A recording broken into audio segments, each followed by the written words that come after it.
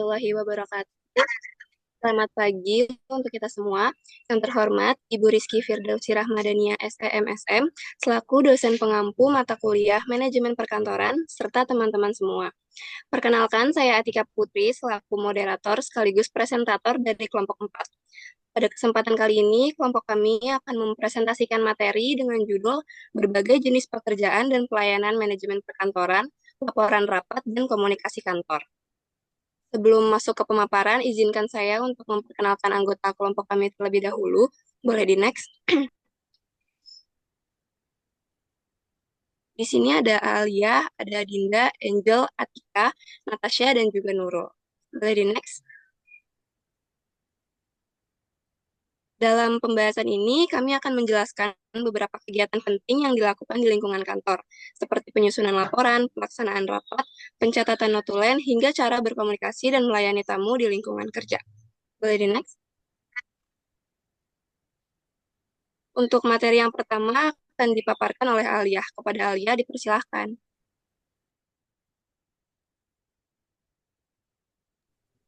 Ya, di sini ada materi kegiatan lanjutan dalam manajemen perkantoran. Jadi, kegiatan lanjutan dalam manajemen perkantoran itu sebenarnya bagian dari fungsi administrasi yang membantu supaya kegiatan di kantor bisa berjalan lancar dan juga teratur. Setelah pekerjaan utamanya selesai, kegiatan lanjutan ini bisa menjadi pendukung yang penting agar semua bagian di kantor tetap terkoordinasi dan tidak ada yang terhambat. Kegiatan lanjutan ini contohnya kayak membuat laporan, mengadakan rapat, melayani tamu, dan juga komunikasi antar pegawai. Semuanya itu sangat penting. Misalnya dari membuat laporan yang cepat dan lengkap bisa membantu atasan untuk mengambil keputusan dengan tepat. Rapat bisa jadi tempat untuk menyamakan pendapat dan menyelesaikan masalah bersama. Lalu pelayanan tamu yang ramah bisa membuat citra perusahaan jadi bagus dan komunikasi yang lancar bisa mencegah kesalahpahaman antar bagian.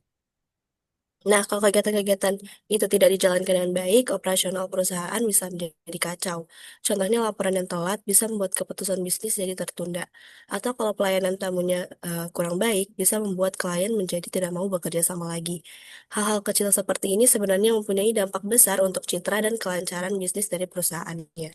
Jadi intinya kegiatan lanjutan ini penting banget karena menjadi penopang untuk jalannya bisnis. Dengan adanya kegiatan seperti laporan, rapat pelayanan dan komunikasi yang baik, perusahaan bisa menjadi lebih efisien, lebih profesional, dan bisa terus berkembang dengan stabil. Selanjutnya ada pemeliharaan resource, berarti dalam pemeliharaan resource ini tuh bisa menjaga sumber daya di kantor supaya tetap dalam kondisi baik dan juga siap digunakan. Ini termasuk sumber daya manusia, peralatan, dana, waktu, dan juga informasi.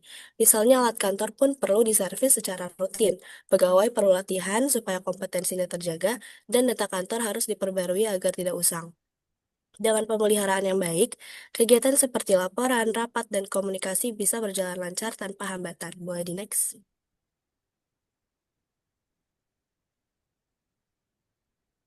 Selanjutnya akan dijelaskan oleh rekan lainnya.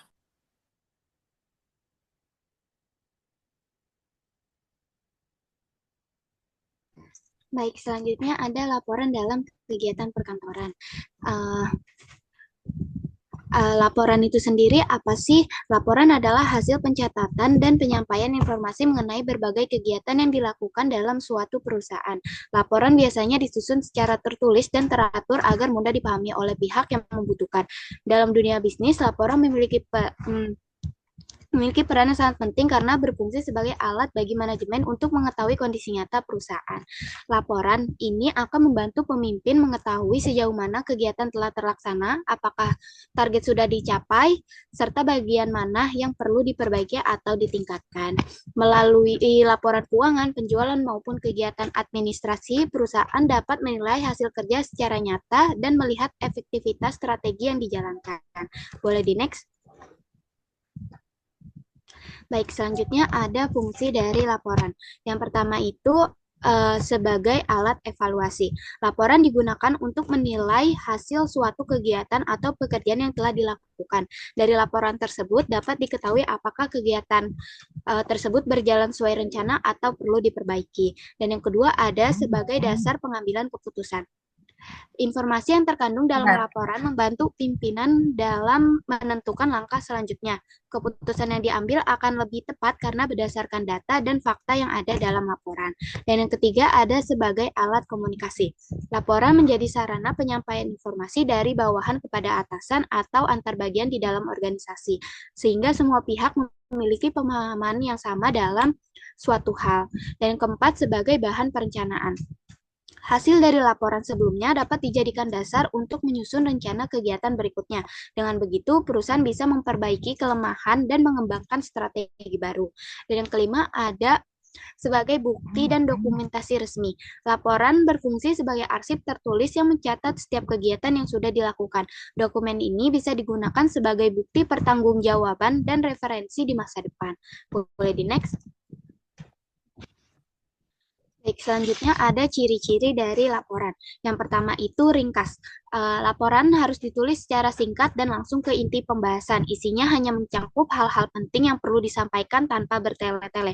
Dengan begitu, pembaca bisa lebih mudah memahami isi laporan dan mengetahui inti dari apa saja yang dilaporkan. Yang kedua, logis.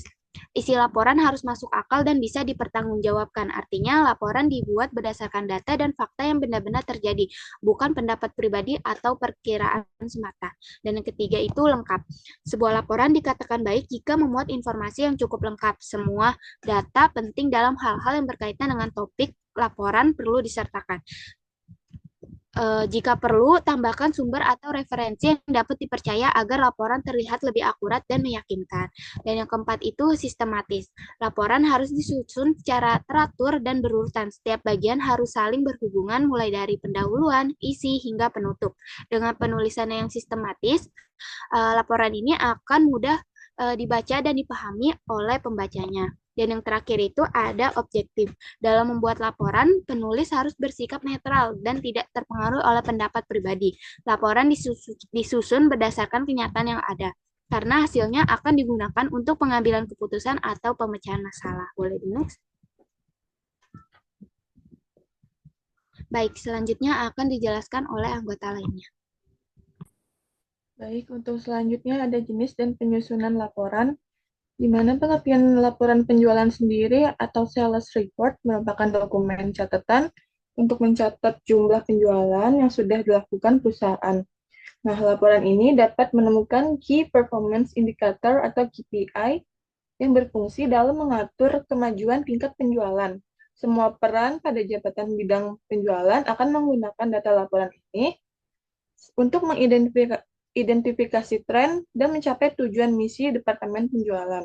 Nah, lingkup penjualan dapat berupa perwakilan penjualan individu ataupun penjualan secara keseluruhan. Laporan penjualan sendiri pun dibagi beberapa periode. Yang pertama itu laporan penjualan harian. Nah, laporan penjualan yang dicatat selama periode harian memiliki peran besar dalam menemukan masalah kecil pada arus kas. Yang kedua, pada periode mingguan. Pada laporan penjualan mingguan yang disusun hasil dari kegiatan selama penjualan 1 minggu. Hasil laporan dapat digunakan untuk mengontrol arus kas serta dapat digunakan untuk memantau pengeluaran perusahaan. Yang ketiga yaitu laporan penjualan bulanan yang dihasilkan dari kegiatan selama 1 bulan. Hasil laporan ini bisa dimanfaatkan untuk memantau hasil penjualan selama 1 bulan. Nah, perusahaan sendiri pun dapat membuat keputusan yang lebih tepat untuk meningkatkan penjualan.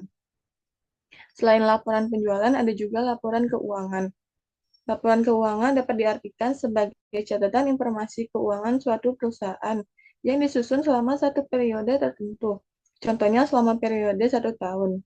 Laporan keuangan merupakan satu aspek penting untuk menganalisis kesehatan dan kinerja suatu perusahaan. Laporan juga dapat digunakan untuk mengevaluasi perusahaan sehingga dapat menentukan keputusan yang lebih strategis di masa periode berikutnya. Dari laporan ini, manajemen dan investor juga bisa menganalisis perkembangan bisnis perusahaan.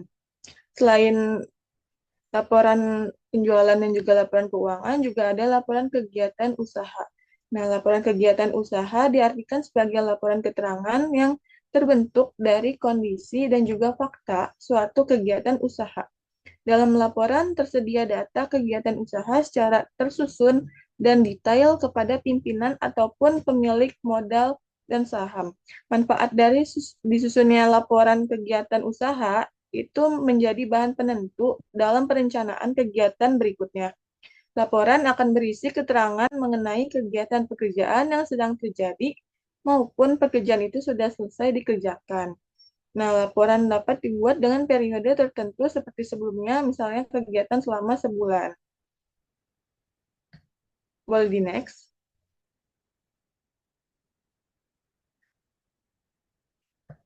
Berikutnya ada mengapa pentingnya susunan laporan. Susunan laporan penting dibuat untuk meninjau perkembangan dan kinerja operasional perusahaan. Laporan-laporan yang sudah terbentuk mempermudah dalam menyampaikan presentasi saat rapat kepada pemangku kepentingan. Contohnya itu seperti ke manajer, pimpinan, dan juga pemilik modal saham. Laporan ini digunakan dalam menentukan keputusan yang akan diambil untuk pengembangan strategi perusahaan. Nah, laporan-laporan akan berisi berbagai macam catatan seperti kendala pada usaha, kemajuan yang dicapai, dan juga bisa mencakup risiko-risiko yang mungkin terjadi. Selain itu, saat menyampaikan laporan, supaya mudah dipahami, laporan itu harus komunikatif, menggunakan bahasa yang bisa dipahami semua pembaca, dan juga laporan yang sudah disusun ini bermanfaat dalam membuat keputusan dan langkah strategis, sehingga orang yang bertanggung jawab dalam membuat laporan harus memahami jenis-jenis laporan. Contohnya itu laporan keuangan menyediakan informasi mengenai keuangan untuk mengukur kinerja, stabilitas, dan juga perkembangan suatu perusahaan. Investor dan pimpinan dengan mudah paham isi dari laporan tersebut dan bisa menentukan langkah strategis berikutnya. Dengan adanya laporan penjualan harian, seorang juga bisa akan meminimalkan utang yang bertumpuk karena masalah keuangan usahanya, sehingga pengusaha bisa menentukan langkah strategis dengan lebih cepat. Dapat dipahami, susunan laporan-laporan ini memudahkan pekerjaan dalam mengembangkan bisnis. Boleh di next. Untuk selanjutnya akan dijelaskan oleh rekan saya. Oke, untuk materi selanjutnya yaitu ada persiapan rapat.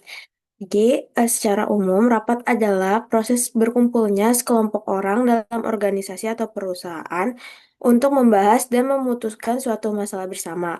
Dalam konteks bisnis, rapat menjadi pertemuan formal antara pihak-pihak yang berkepentingan seperti bagian keuangan, produksi, atau pemasaran dengan tujuan membahas hal strategis agar kegiatan perusahaan berjalan efektif dan menguntungkan. Selain sebagai alat komunikasi formal dan sarana pengambilan keputusan, rapat juga berfungsi sebagai wadah koordinasi serta tempat munculnya ide-ide baru untuk pengembangan perusahaan ke depan. Menurut Locker, dalam Business Communication Building Critical Skills, rapat memiliki 6 tujuan utama, yaitu yang pertama ada berbagi informasi, di mana menyampaikan perkembangan, laporan, atau kebijakan baru. Kedua ada menjajaki ide gagasan atau brainstorming, yaitu menggali ide dari para peserta untuk inovasi bisnis. Ketiga ada evaluasi ide atau gagasan, yaitu menilai efektivitas, strategi, atau kegiatan yang sudah dijalankan.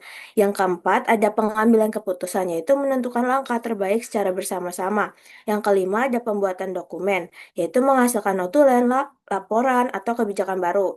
Dan yang terakhir ada memotivasi peserta, yaitu membangkitkan semangat kerja dan rasa memiliki terhadap perusahaan. Boleh tolong di next.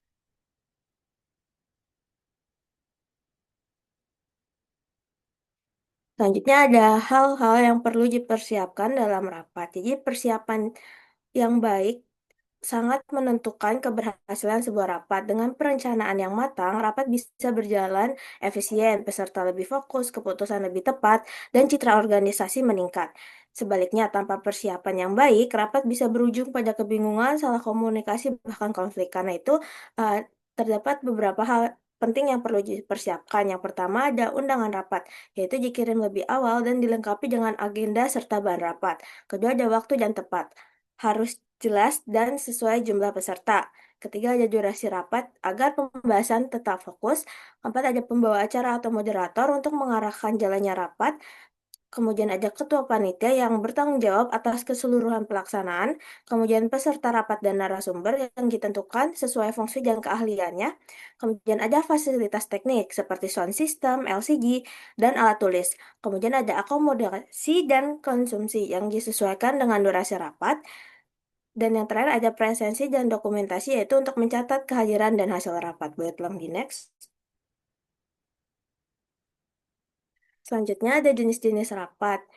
Rapat dapat diklasifikasikan berdasarkan beberapa aspek. Yang pertama itu ada berdasarkan tujuan. Yang dalam berdasarkan tujuan ini terdapat tiga, yaitu ada rapat penjelasan atau information conference, yaitu memberikan penjelasan dari pimpinan kepada peserta dilengkapi sesi tanya jawab. Kedua, ada rapat pemecahan masalah atau problem solving conference, yaitu bertujuan untuk menemukan solusi terhadap permasalahan tertentu secara bersama. Yang ketiga, ada rapat perundingan atau negotiation conference, yaitu untuk mencapai kesepakatan yang menghadiri konflik dan merugikan pihak tertentu.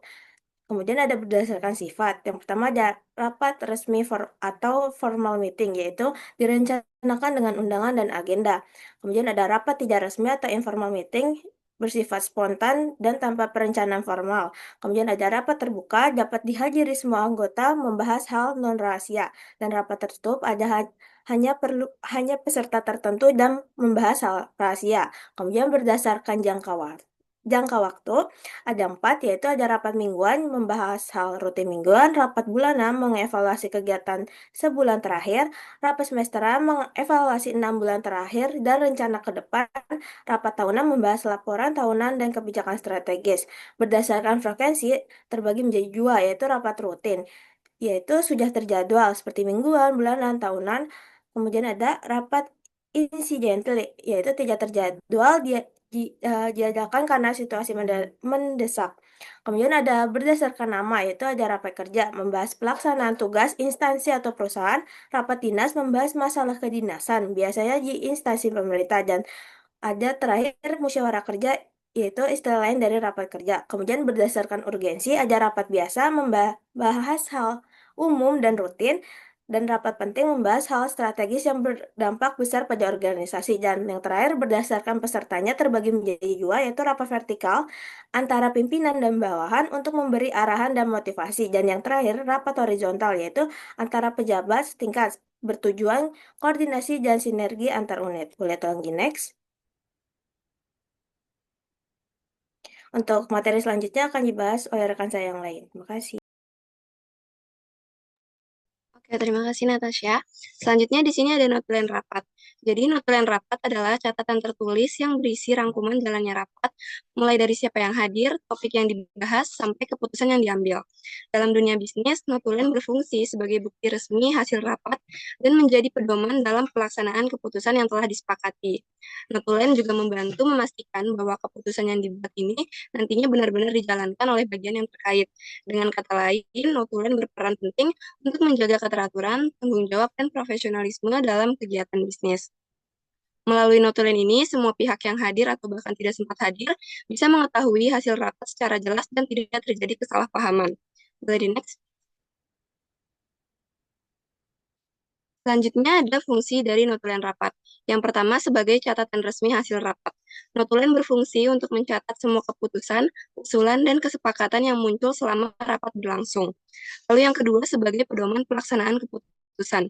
Isi notulen bisa dijadikan acuan oleh karyawan atau bagian yang terkait untuk melaksanakan hasil keputusan rapat dengan tepat. Lalu yang ketiga sebagai alat pengingat. Notulen bisa membantu mengingat kembali topik apa yang pernah dibahas dan tindak lanjut apa yang akan direncanakan. Lalu yang keempat sebagai bukti pertanggungjawaban. Notulen dapat dijadikan bukti tertulis bahwa suatu rapat telah dilakukan dan keputusan telah diambil secara sah. Dan yang terakhir sebagai bahan evaluasi. Saat evaluasi dilakukan, notulen dapat dibuka kembali untuk meninjau apakah keputusan sebelumnya sudah dijalankan sesuai rencana atau belum. Lalu ada manfaat notulen rapat, di sini ada 5. Yang pertama, membantu pimpinan dan staf memahami hasil pembahasan secara jelas. Selanjutnya, menjadi dasar dalam menyusun tindak lanjut pekerjaan setelah rapat. Selanjutnya, memudahkan koordinasi antar bagian karena keputusan tertulis dan terdokumentasi. Lalu meningkatkan efisiensi kerja karena tidak perlu mengulang pembahasan yang sama. Dan yang terakhir, menjaga profesionalisme dan akuntabilitas perusahaan. Boleh di next. Ini ada komponen dalam notulen rapat. Biasanya itu secara umum isinya ada judul rapat, waktu dan tempat pelaksanaan, daftar peserta rapat, agenda atau topik yang dibahas, jalannya rapat berupa uraian singkat pembahasan, keputusan rapat atau hasil kesepakatan, tindak lanjut dan pihak yang bertanggung jawab, dan juga nama dan tanda tangan notulis. Di sini ada contohnya. Boleh di next. Selanjutnya akan dijelaskan oleh yang lain. Baik, terima kasih Atika. Untuk materi selanjutnya akan ada materi mengenai menerima tamu dan menerima telepon. Jadi, dalam dunia bisnis modern, citra perusahaan tidak hanya dibangun melalui produk atau jasa yang ditawarkan, tapi juga dari bagaimana perusahaan menjalin interaksi interpersonal, baik secara langsung maupun melalui media komunikasi seperti telepon. Proses penerimaan tamu dan komunikasi lewat telepon merupakan bagian penting dari kegiatan administrasi yang berfungsi membangun kesan pertama terhadap organisasi. Lalu untuk pengertian dari menerima tamu dan melayani tamu ini merupakan proses yang dilakukan oleh petugas penerima tamu seperti resepsionis ataupun frontliner dalam menyambut, mencatat, mengarahkan, serta memberikan bantuan dan informasi sesuai kebutuhan tamu secara sopan, ramah, dan profesional sebagai wujud dari pelayanan prima yang mencerminkan budaya kerja organisasi.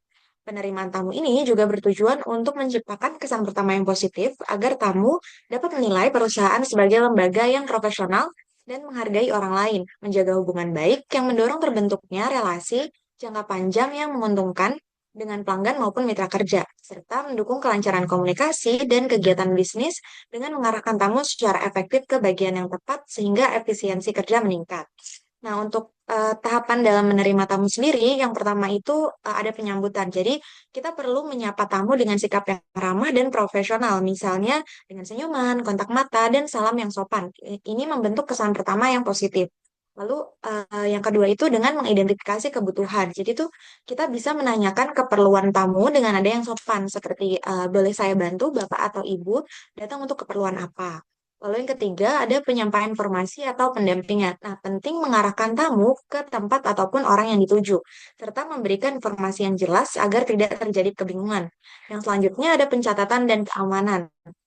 Dalam konteks bisnis, aspek keamanan juga penting. Jadi data tamu perlu dicatat dalam buku tamu ataupun sistem digital untuk mencerminkan profesionalitas dan tertib administrasi. Dan tahap yang terakhir itu ada perpisahan dan ucapan terima kasih. Jadi penting juga setelah kita melayani tamu untuk mengucapkan terima kasih dan memastikan tamu meninggalkan tempat dengan perasaan dihargai. Nah, dalam proses menerima tamu ini juga ada etika dan sikap profesional yang harus diperhatikan. Jadi sikap profesional ini mencakup penampilan rapi, bahasa yang sopan, dan empati terhadap tamu.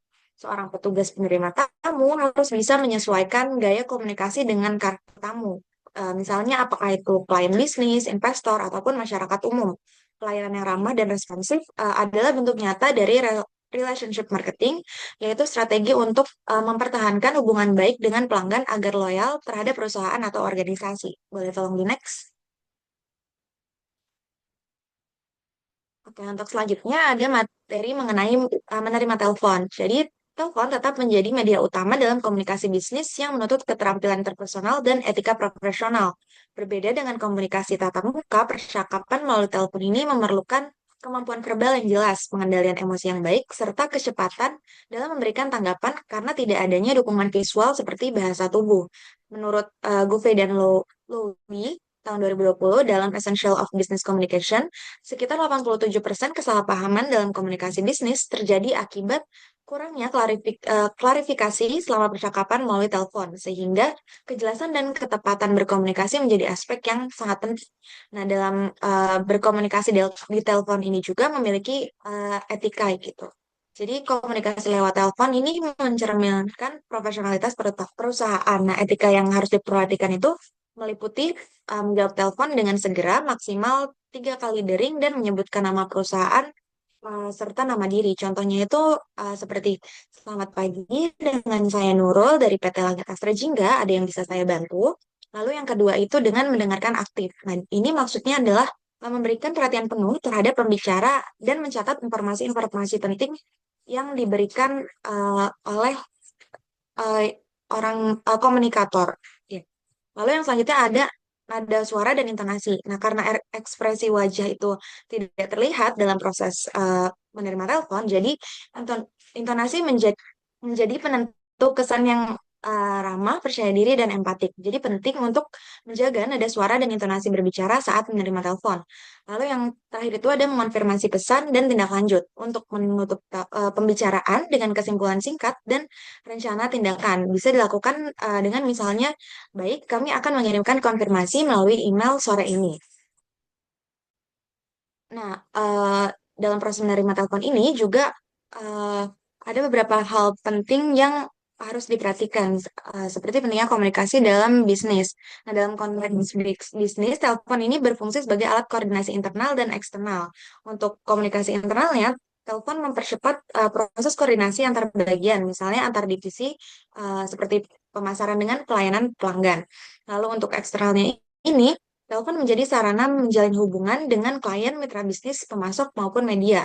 Respon yang cepat dan profesional akan meningkatkan kepercayaan mitra bisnis terhadap kredibilitas perusahaan. Telepon juga berperan besar dalam layanan pelanggan atau customer service. Banyak perusahaan yang menggunakan call center ataupun customer hotline sebagai bentuk tanggung jawab pelayanan. Nah, berdasarkan penelitian, dalam model serve equal, aspek responsif dan assurance dalam komunikasi jarak jauh ini berpengaruh langsung pada kepuasan pelanggan dan loyalitas terhadap perusahaan. Boleh tolong di next. Untuk selanjutnya dikembalikan ke moderator. Terima kasih. Oke, selanjutnya di sini ada kesimpulan. Kegiatan lanjutan dalam manajemen perkantoran merupakan bagian penting yang memastikan seluruh proses administrasi dan komunikasi di lingkungan kerja berjalan efektif, efisien, serta terkoordinasi dengan baik. Kegiatan ini mencakup penyusunan dan pengelolaan laporan yang berfungsi sebagai alat dokumentasi, evaluasi, serta dasar pengambilan keputusan bagi pimpinan. Proses penyusunan laporan yang sistematis dan akurat membantu perusahaan mengetahui perkembangan pekerjaan dan meminimalkan kesalahan. Selain itu, kegiatan seperti persiapan dan pelaksanaan rapat menjadi sarana penting dalam membahas berbagai kebijakan dan strategi di mana hasilnya kemudian dituangkan dalam notulen sebagai catatan resmi yang dapat dijadikan acuan kerja di masa depan. Tidak kalah penting, pelayanan terhadap tamu dan komunikasi melalui telepon juga mencerminkan citra dan profesionalitas organisasi. Melalui pelayanan yang ramah, cepat, dan tepat, hubungan kerja dapat terjalin dengan baik dan kepuasan pihak terkait dapat terjaga. Dengan demikian, kegiatan lanjutan dalam manajemen perkantoran tidak hanya bersifat administratif, tapi juga berperan strategis dalam membangun efektivitas kerja, memperkuat koordinasi antar bagian, dan mendukung tercapainya tujuan organisasi secara menyeluruh. Boleh di next?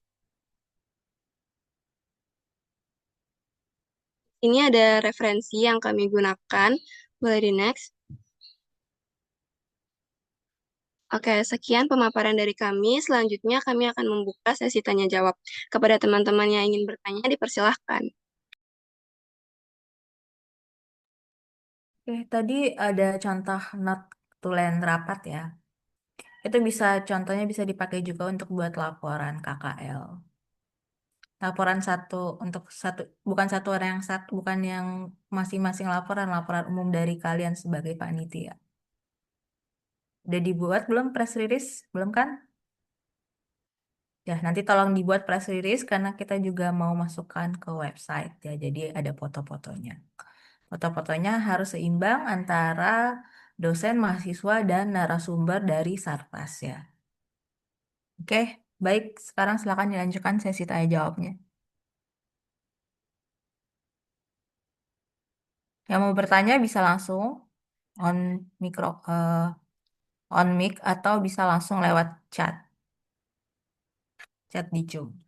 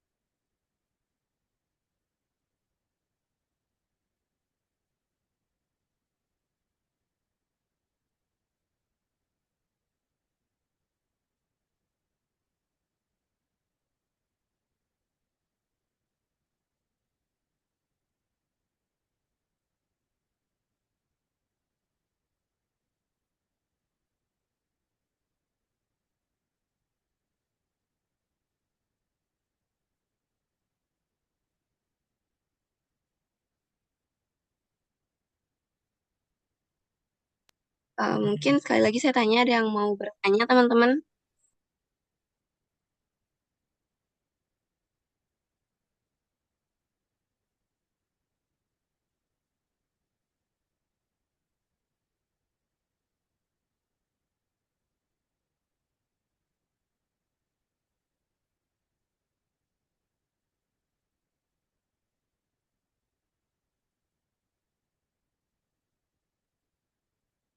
Tidak ada yang mau bertanya?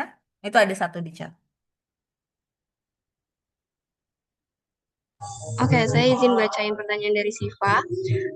Siva izin bertanya, bagaimana menurut kalian jika perusahaan memutuskan untuk mengganti rapat formal dengan diskusi kelompok kecil yang lebih sering dan santai? Apa keuntungan dan kerugian dari pendekatan ini dalam hal pengambilan keputusan dan komunikasi antar departemen? Oke, Siva, kami izin diskusi terlebih dahulu ya, tapi mungkin ada yang ingin bertanya lagi, teman-teman?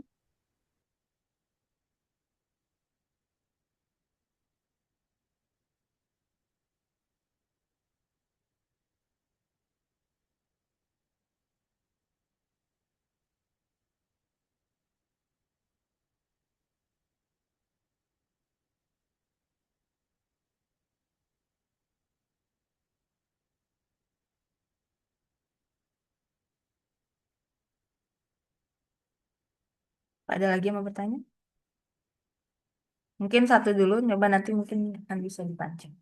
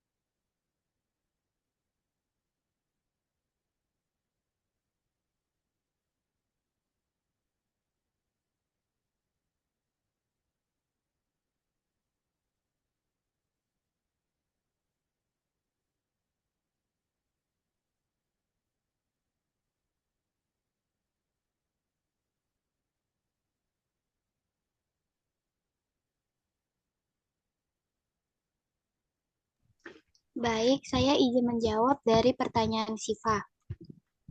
Ah, Menurut kelompok kami, mengganti rapat formal dengan diskusi kelompok kecil yang lebih santai itu bisa jadi ide bagus karena suasananya lebih terbuka dan tidak terlalu tegang.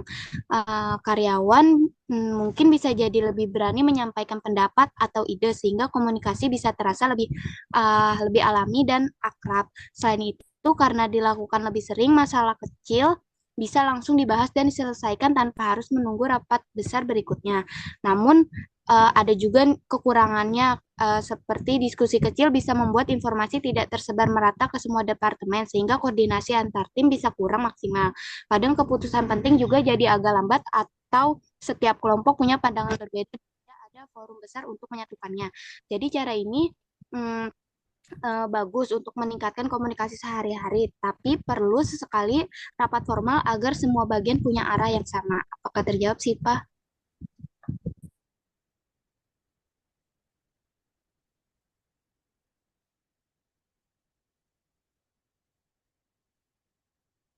Oke, karena sudah terjawab dan kayaknya udah nggak ada yang ingin bertanya lagi, saya izin tutup presentasi dari kelompok kami. Terima kasih kepada teman-teman semua yang sudah menyimak presentasi dari awal hingga akhir. Saya Atika selaku moderator sekaligus presentator kelompok 4. Mohon maaf bila ada kekurangan. Kurang lebihnya mohon maaf. Wassalamualaikum warahmatullahi wabarakatuh. Selanjutnya saya kembalikan ke Bu Dania. Oke, Waalaikumsalam warahmatullahi wabarakatuh. Baik, untuk saya mau menambahkan sedikit untuk Siva, kalau untuk rapat kecil, apa kekurangannya? Tadi memang mengurangi koordinasi ya, karena kalau misalnya rapat kecil terus-menerus, lebih rutin, itu hanya akan orang-orang itu aja kan, jadinya ya akan terbentuk liquid ya, akan cenderung ke terbentuk liquid sehingga membuat ya, arus informasi cuman dikuasai beberapa orang yang aktif ikut rapat ya. Jadi rapat formal, rapat besar itu tetap diperlukan ya. Tapi rapat kecil per divisi sebelum rapat formal besar itu juga diperlukan. Jadi posisinya harusnya seimbang ya. Tidak ada yang lebih sering. Ya kan untuk rapat besar itu untuk memudahkan koordinasi akan lebih baik kalau misalnya masing-masing divisi mengkoordinasikan dulu apa yang ingin disampaikan dan apa yang ingin ditanyakan, ada apa aspirasi mereka. Selain itu diskusi kelompok kecil itu kalau sering itu akan memakan selain komunikasi tadi, selain masalah komunikasi tadi juga akan memakan banyak biaya dan waktu ya. Karena kalau rapat itu, apalagi di organisasi, mungkin beda dengan kampus yang bisa lebih banyak atau kalian lebih banyak rapat online. Tapi kan kalau di kantor itu harus ada laporan kalau rapat. Laporan berarti harus ada tempatnya, ada konsumsinya, ada laporannya. Itu bisa kalau terlalu sering akan bisa membuat anggaran jadi ini ya lebih besar. Jadi membuat banyak anggaran keluar. Jadi sekali lagi rapat kecil boleh sebelum rapat besar, tapi frekuensinya harus disesuaikan dengan rapat besar ya. Jadi nggak ada yang lebih sering atau yang lebih ini lebih jadi baik rapat besar sama kecil frekuensinya sama. Dan kembali lagi kalau rapat itu juga harus hati-hati jangan kebanyakan rapat tapi aktualisasinya tidak ada ya. Kebanyak orang produktivitasnya terjebak banyak rapat tapi aktualisasinya berkurang karena waktunya terpakai habis untuk rapat. Nah, itu dipikirkan, organisasi harus memikirkan bagaimana caranya itu ya. Rapat itu harus membuat jadi lebih clear, ada lebih arahan guidance untuk bekerja, jangan sampai malah memakan waktu untuk kerja, memakan waktu bekerja, waktu yang harusnya bisa dipakai untuk lebih produktif. Oke, dari saya itu saja tambahannya. eh Baik, kita tutup sampai jam ini ya. Untuk kelompok untuk minggu depan udah masuk UTS kan ya?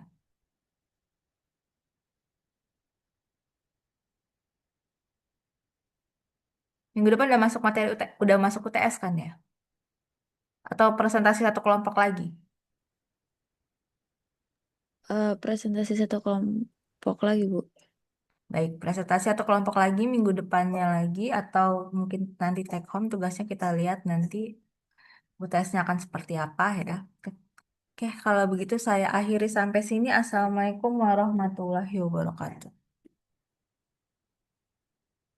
Oke, saya izin.